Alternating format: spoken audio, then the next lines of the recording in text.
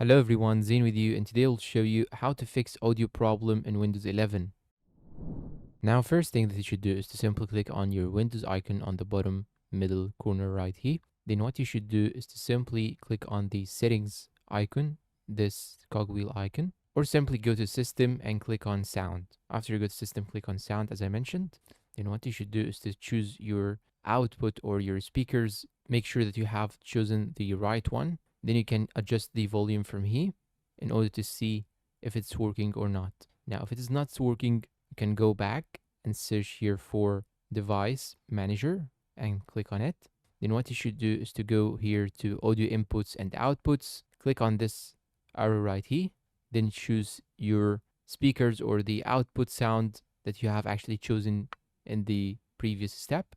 Then right click on it and click on update driver, click on search automatically for drivers, and make sure that you have the latest update. If it is not working, sometimes the latest update may cause this issue, so you have to downgrade or use the previous update. And to do so, you just have to get back, click on the speakers or audio output that you have chosen, right click on it, then click on properties, then click on rollback driver right here, then click on OK, and this will roll back to the previously installed driver. Now, if it is not still working, you just have to search for get help on your computer. After you search for it, tap on it.